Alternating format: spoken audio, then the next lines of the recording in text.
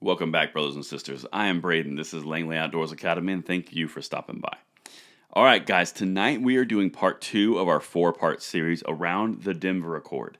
Now, if you did not watch last night's video, it's imperative that you watch that first because it's an introduction to what is the most consequential and concise version of gun control that we are seeing permeate everywhere in the United States right now.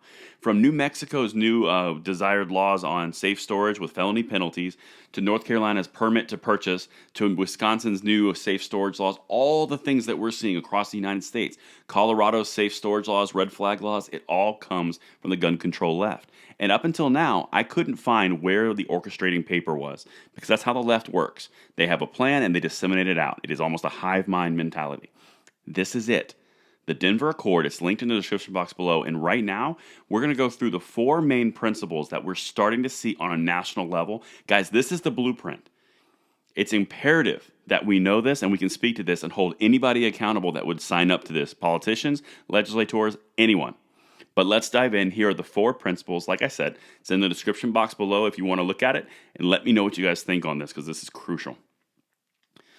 The authors and contributors to the Denver Accord began by drafting principles to which all signatories agree. Guns do not make us safer. Gun violence in America is a pervasive public health crisis that demands substantial policy solutions and well-funded programs that effectively reduce gun violence. Equitable and just enforcement of gun laws is paramount. Everyone has the right to live free from violence. Those are the four the four priorities and principles you have to agree with in order to sign on to this. And gun control groups and politicians are signing on to this. Let's hit number one. Guns do not make us safer. Perhaps the most urgent change we must make is to dispel the myth that guns make us safer. They're trying to change the psychology and outlook of a gun, of a firearm. They're trying to change it. A gun in the home triples the risk of gun suicide and doubles the risk of gun homicide.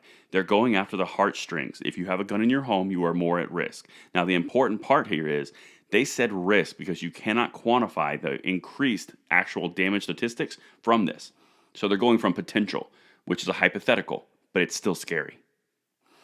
The United States has 393 million firearms in civilian hands, and we have the highest rate of assault deaths and mass shootings than any other OECD country. First of all, those stats are highly suspect. We've talked about it from the Gun Violence Archive. I'm not going to relitigate that right now. But the big point here is they're trying to scare anyone who would have a gun in their home with risk, not actual statistics. That's important to note. Now, here we go into the next one. And tell me if you've heard this before in the past 9 to 10 months. Gun violence in America is a pervasive public health crisis that demands substantial policy solutions and well-funded programs that effectively reduce gun violence. They're couched gun violence in public health. The CDC is now collecting data on gun violence in the United States. All these calls, and they're now redefining gun violence under the health umbrella. They are doing this with a planned purpose, and it's straight from this Denver Accord. If you want to see more, let's keep going. More than 100 people are shot in America every day. About 2/3 of those deaths are suicide, almost all preventable. We cannot afford to continue to ignore gun violence and the toll it has taken on our country. Redefining of terms. They put suicide into gun violence to boost the numbers. They even say right here, 100 people are shot in America. Well, 60 of them or 66 of them are all suicides.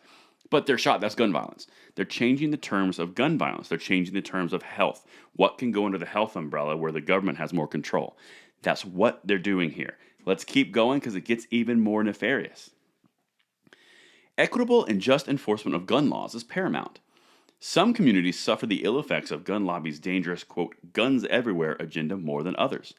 Black and brown communities that also suffer from increased causal factors, like poverty, experience violence at rates that would be unthinkable in other places. In recent years, however, the emergence of impacted community-led non-legislative approaches have flourished and preliminary data is encouraging. The thing about this is they're starting to play each other on different groups of people on different groups of people. The data statistics that came out in the FBI just last week even said gun violence was isolated to race on race. It was not interracial. So whether you were white, whether you were purple, whether you were yellow, whether you were green, we killed each other because that's what we did. And it's not a good thing, but they're making it seem like it's a pervasive issue that it's not. And that is important to note. The other thing here is they even undermine their whole point by saying the emergence of impacted community-led non-legislative approaches have flourished, and preliminary data is encouraging, because if they said preliminary data was showing a positive trend, they would undermine their own point of legislative power. Because this whole plan, I'm telling you guys, this is as far left as it goes. Gun control, gun bans, ammo, fingerprinting for ammo, red flag laws, safe storage laws. There is nothing that this one doesn't. And this fourth point here, everyone has the right to live free from violence. I completely agree. Everyone does have the right to live free from violence. That doesn't mean you take away the rights for me to defend myself from that violence. Because in this point, they're suggesting that the reason that there's violence is because guns exist, not because there are bad people on the planet, and therefore you've got to deal with that. And the way to deal with bad people is with violence a lot of the time. Even if it's not immediately violence, you still have to get a jurisdiction or a government entity to enact violence on the behalf of good versus evil. You cannot get around this universal norm, and they know it, but they still want to take your rights away.